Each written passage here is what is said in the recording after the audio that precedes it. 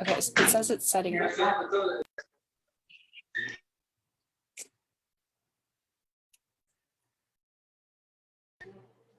We're live. Hi. So welcome to Stay and Stay Busy. So there is a new unfamiliar face here. So I'm gonna let the newest host of Stay and Stay Busy introduce themselves. Hi, so I am Gina. I am 17. I am a junior in high school. And I've been helping with NAMI for 3, maybe 4 years now, but for a good while now. Mm-hmm. And so again, for everyone who's just tuning in, I'm Grace and I'm at UVA. I am going to be a rising senior. That's very scary. And I've been involved with NAMI for about a year now, just with my on-campus group. So I, I've just been involved. We've mostly been involved with like on-campus health and things like that, trying to make sure that there's, a broader reach, more connections between mental health organizations. That's been our primary focus, and also advocating for the inclusion of mental wellness into our curriculum. But I don't know, Gina, do you want to talk about what you've been up to?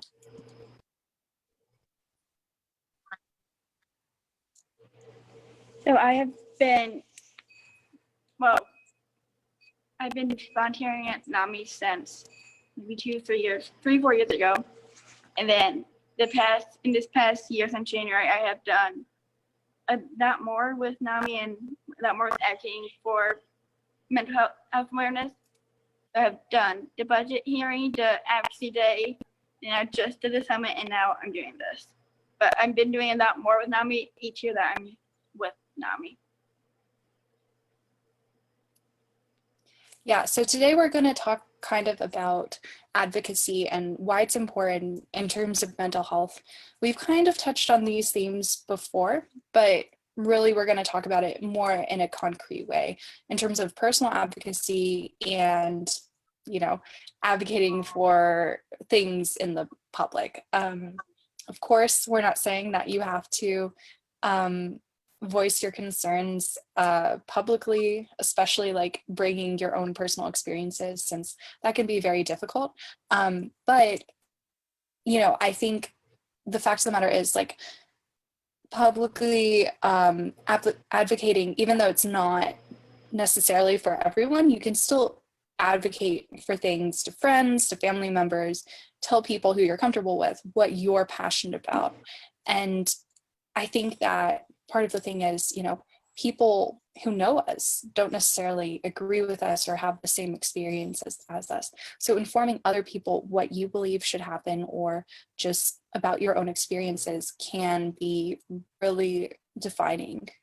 So Gina, did you want to start us off? Because, I know people are probably curious, like what even happens? Like who decides what kind of budget? Who are you working with? Who are you talking to? How does that work?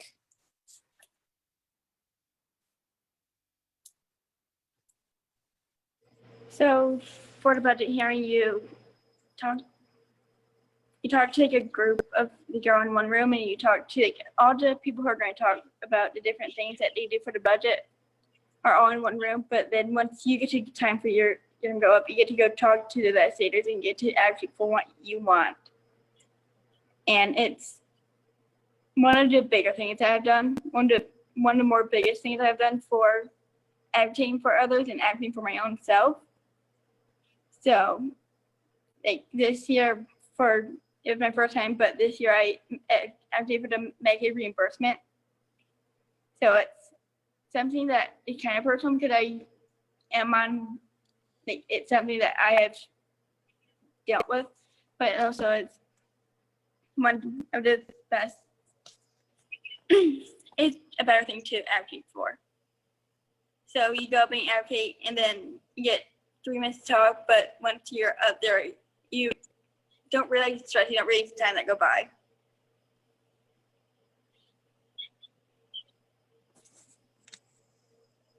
Did you feel like a lot of pressure? Like, how did you prepare for that? Because it's got to be kind of really, I think about this in terms of my past experiences and just my attitude towards speaking in front of a lot of people, or just people who I think to be really important. Like, how do you manage that? I had my mom, she helped me get my thoughts down, my ideas out. So I'm not, it helped me comprehend it better, but she also helped me like, all right, this is today, this is what you're going to do. Like she helped me prepare it, and then it just had me, like, I talked to my friends, they all were like, don't be stressed, don't worry, you got it.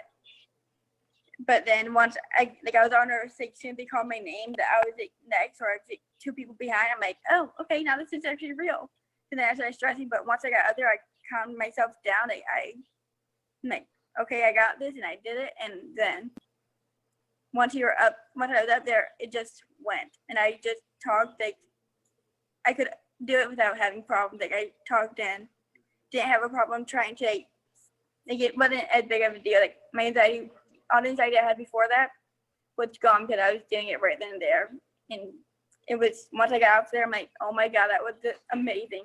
I thought that was after my mom had to take headache. I'm like, it was amazing. I didn't even think about it. Like it was really good. So Yeah, and I felt that too.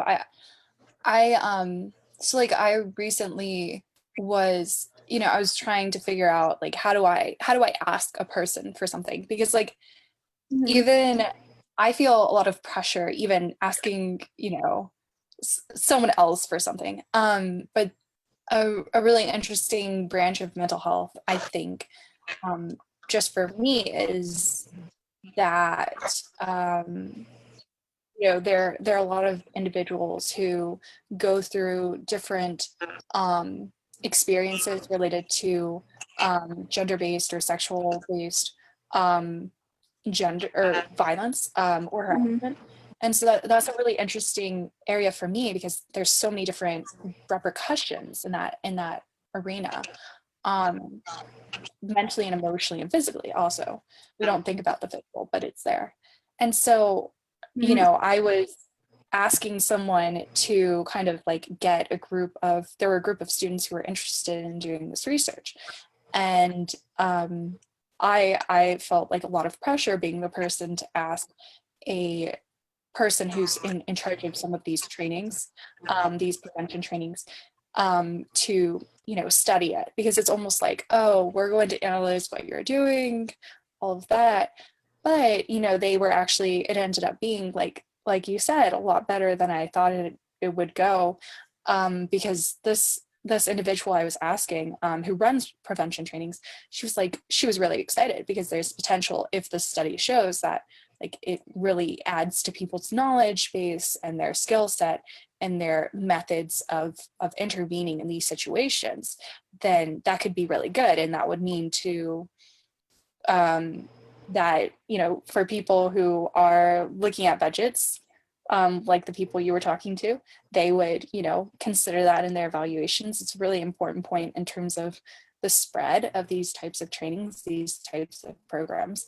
And so it was actually, it became a very exciting thing. So I'm in the middle of it. There's no end, there's no definitive, and it went great. Like we haven't done the study yet, but we're in the process of developing it. And it's very interesting. It's very fulfilling, I think. So there's almost that promise of like, you have an idea, and there's the promise of, after I ask for this, at the very least, even if everything goes wrong, I tried.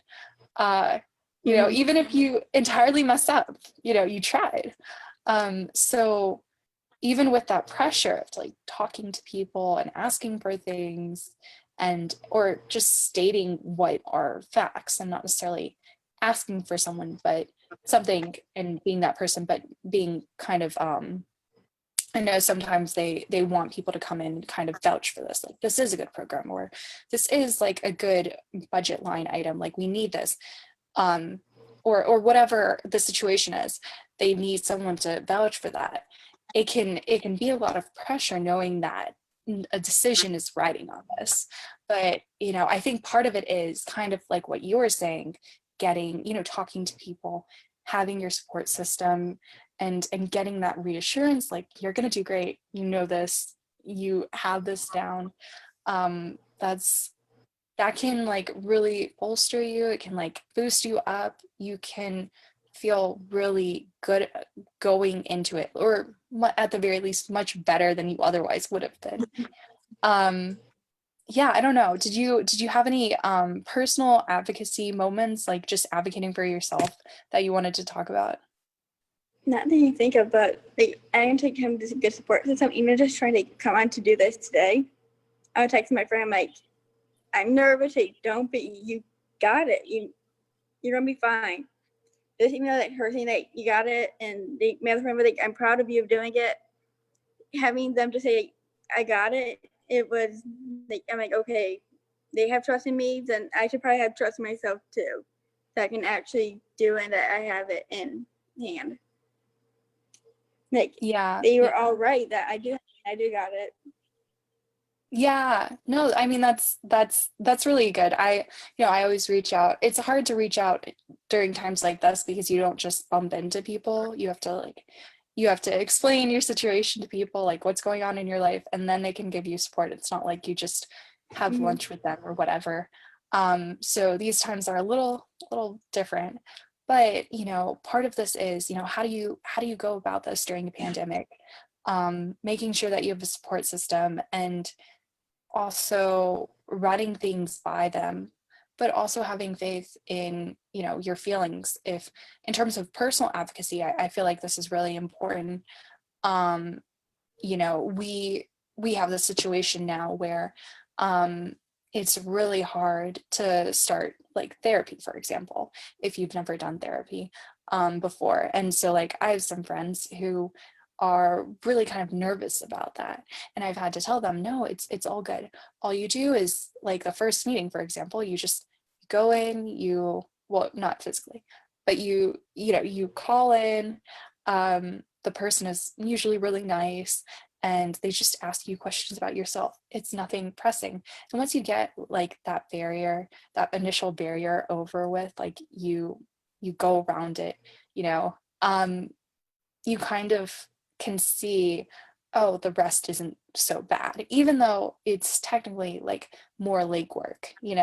Like once you went in for that budgetary meeting, for example, you once you started talking, it just happened. It just flowed out of your mouth. Mm-hmm. And so kind of like I'm thinking about this in kind of the same way, where like if you are starting with thinking about a therapist, if you just make the first initial step of reaching out to them, it can be so much easier to actually go to the meeting with them. And then once you do that meeting, it's so much easier to look forward to it in your next week. Or if you feel like maybe they're not right for you, just decide, maybe I'll go with someone else. But it's so much easier to find another therapist after you've found your first. I felt that. Of course, I'm not going through with quarantine, I'm not going through finding my first therapist, but I am going through it with doing my first teletherapy session. It can be really difficult. It can be really strange and awkward and weird because video chatting is very strange, awkward, and weird. But it's okay. And I think, the fact of the matter is, like, everyone who's engaging with their mental health in that way is dealing with this right now. There's no other option.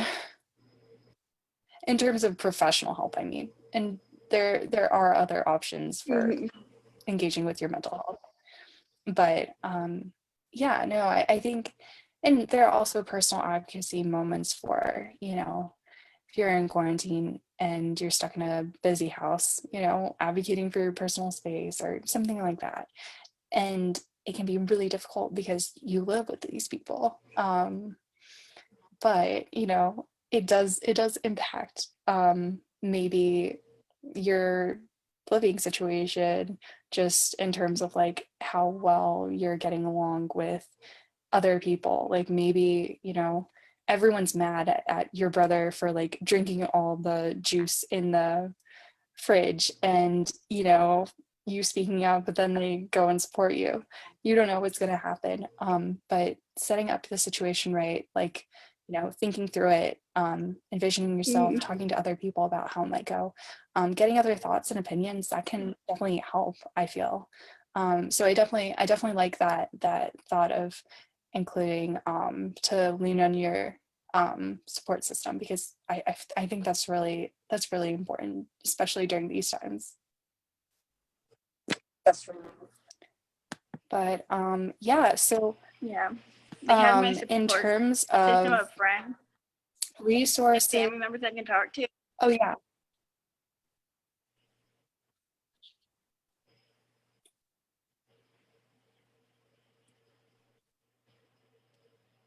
oh, I think you froze.